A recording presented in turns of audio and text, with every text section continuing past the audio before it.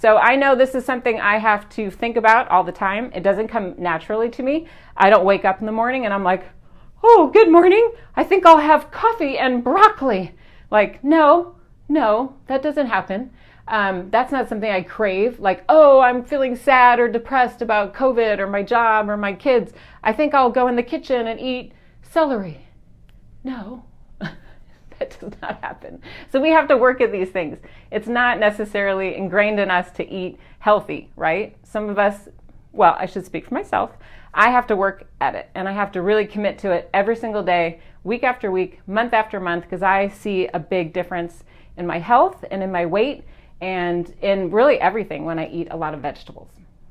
I know, it's like party pooper, who invited the vegetable queen? I don't know, that's me. So we're going to talk about that a little bit further. I'm just curious how many vegetables you were able to eat every day. You don't have to tell if you don't want to, but if you're open to it, let the group know how many. Did you have 3 a day? Did you have 4 a day? 5? Was it more than 5? You know, be honest. We're all starting in different places. I know a lot of people start Dirty Lazy Keto, and some people have never seen some of these vegetables. They've never eaten some of them. They don't even know what it's called. So don't be embarrassed, because I think that's pretty common. In our culture, we don't eat a lot of vegetables. So some of us have to kind of start from scratch and maybe try some new things. But I want to reference, in case you want to look at this up later, I want to reference page 101 in the book. And this is in the beginning section on the food pyramid. Page 101. This is what, I'm reading my own work here. I feel like Oprah. Okay, this is what I write. Tier 3, are all vegetables good for you? Aren't all vegetables good for you? Not all vegetables are created equal. Some definitely have more carbs than others. Nightshade vegetables grow in the shade but flower at night. I'm not sure why this is important, but it helps me remember that nightshade vegetables start off as little pranksters. Nightshades. As a category, I've learned they have more carbs than other, more innocent vegetables. So let's take a look at the vegetables that I'm talking about, because I have them right here. Okay? Nightshade vegetables. Because again, the show and tell I think really helps. At least for me anyway.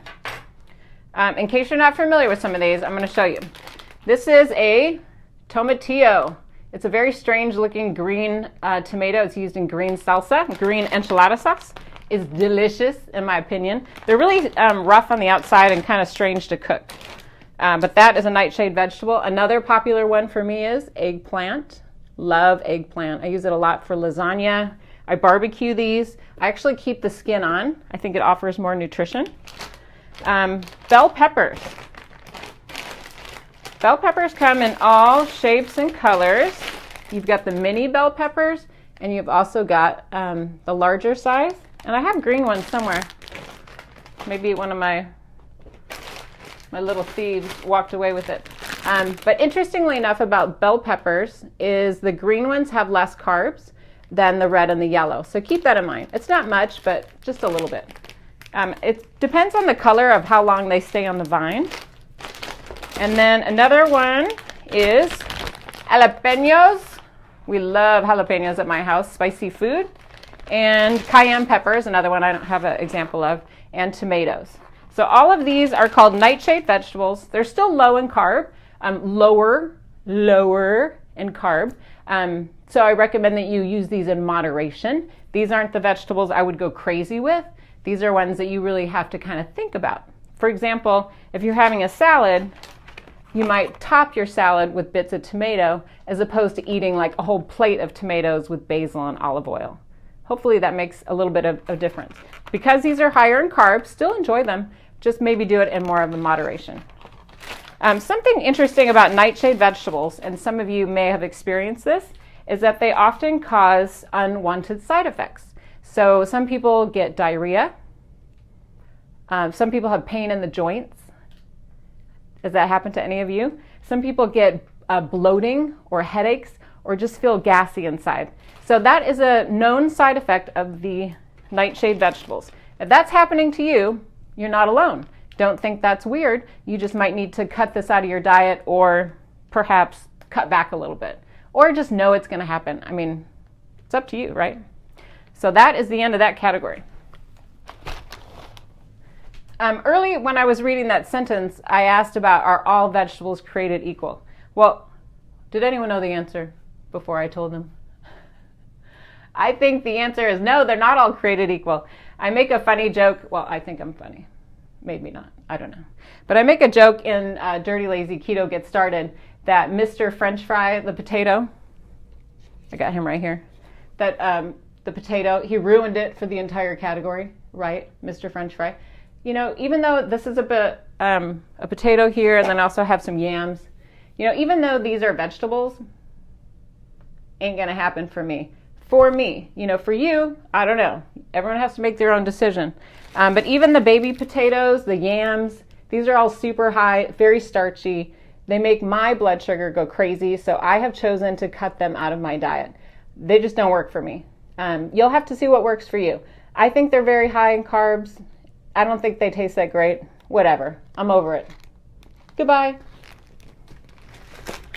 Also on that same note is corn. Corn is a vegetable. Yes, it is. I even had a nurse one time at a hospital say to me, oh, well, I went to the movies and I ate popcorn, so I was healthy because that's a vegetable. And I'm like, you are a healthcare provider. Corn, popcorn, none of that stuff is good for us. It's super high in glycemic value. It makes our blood sugar go, right? And then we start craving sugar and foods that aren't really that good for us. So that's my experience. Just saying. I would say goodbye to these as well. Get rid of them. It pained me just to buy them today. My kids were like, oh, why are you buying potatoes? I was like, I got to show them. I got to show the group. All right, I'm going to move on to page 103 if you are following along at home. So what can I binge eat already? Because I'm a big eater. Surprise! Non-starchy vegetables. I bet that was definitely not the answer you were hoping to hear. The coffers finally start to open with the category of non-starchy vegetables. So eat up, brother or sister. Eat to your heart's content. This is my favorite line. If you're like me, you might not have a built-in off switch when it comes to eating. I need to eat in bulk. So this is my favorite category. Okay, that is a little bit embarrassing, so I just went ahead and put it out there for you. But I like to eat a lot. I'm not a ladylike, person who eats this tiny portion of food, this little itsy bitsy salad. No, I don't do that. I like to eat like a big, manly portion. And I don't want to be embarrassed about that. So I have learned for myself that if I eat a lot of show and tell, here we go. I've learned for myself that if I fill my diet with more of these types of vegetables, I can eat more, I feel more full, I have better digestion, and most importantly, it slows down my eating. Okay? I know that's a little embarrassing. Whatever, I tend to eat fast and I eat a lot, but if I'm eating foods that have a lot of fiber, like these, then I eat less overall. Did anyone just have like a aha moment, like, oh my gosh, she is not crazy? For me, I would much rather eat protein bars that have chocolate on them and chocolate chips or chaffles or sugar-free cheesecake. I mean, all of those things are delicious. Now, I would much rather eat those, but I know in my heart that's probably not the best strategy if I'm trying to lose weight. Yes, I can have those things, right? So can you. However, I'm making sure that the bulk of my diet, the bulk of what I'm eating, is more substantial with healthy, low-carb vegetables. The trick to make them taste better, and I think I've talked about this throughout in the book, is use fat, because this is a keto diet. Use fats to make the healthy food taste better, because vegetables may not taste very good. That's okay. You might hate them all. That's okay. You just have to find a way to love them. You got to get over the vegetable anxiety. You have to say to yourself, I know that this is worth it. I will figure it out. I'm not going to give up. I'm not going to just have, cauliflower one time and be like, that's nasty. and then never eat it again. No, you have to keep trying it. Try it broiled, try it steamed, try it mashed, try it raw. Maybe riced cauliflower. Make a pizza with it. Make a artichoke dip to go with it. You just have to not give up on yourself. Because I think if you keep trying and you're really committed, you'll find a way to eat these kinds of vegetables.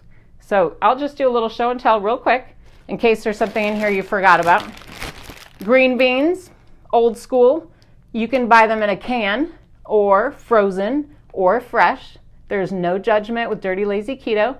I eat all three myself. Why not? Right? You don't have to be perfect to be successful. You don't have to buy fresh.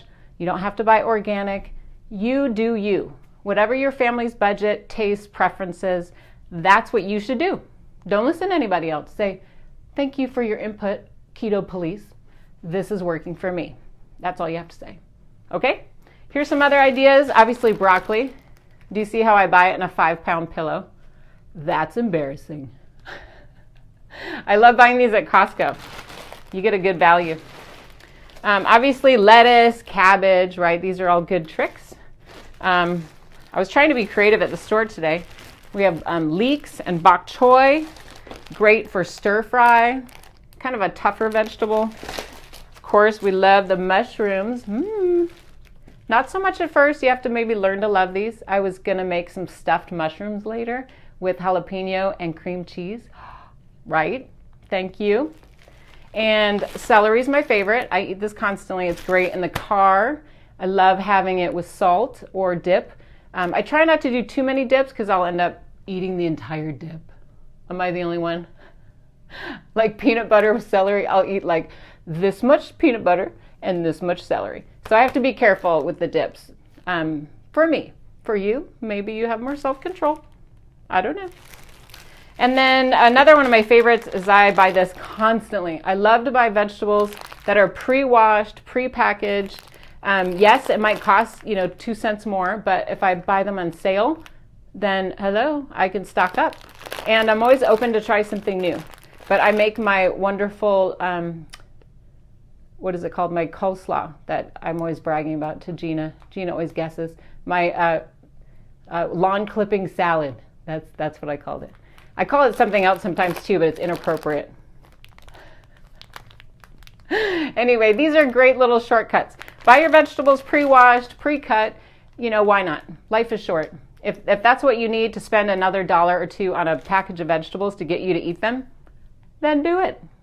You know why? Because you're worth it. Right? That's what I think. Baby, you're worth it. We'll sing. Baby, I'm worth it. I just wanted to say thank you for listening. I appreciate your support. This is a community, Dirty Lazy Keto. We have to help each other. We're in this together, my friends. It's not easy, is it? We gotta support one another. So if you found today's video to be helpful, please give it a thumbs up, leave a comment, and then subscribe to the Dirty Lazy Keto YouTube channel. Turn on your notifications so you'll never miss an update. You can also find me on Instagram at Dirty Lazy Keto. And for more information about any of my support groups or any of my books, you can always go to dirtylazyketo.com for more information. I'm here to support you. I'm here to help. I know you can do it.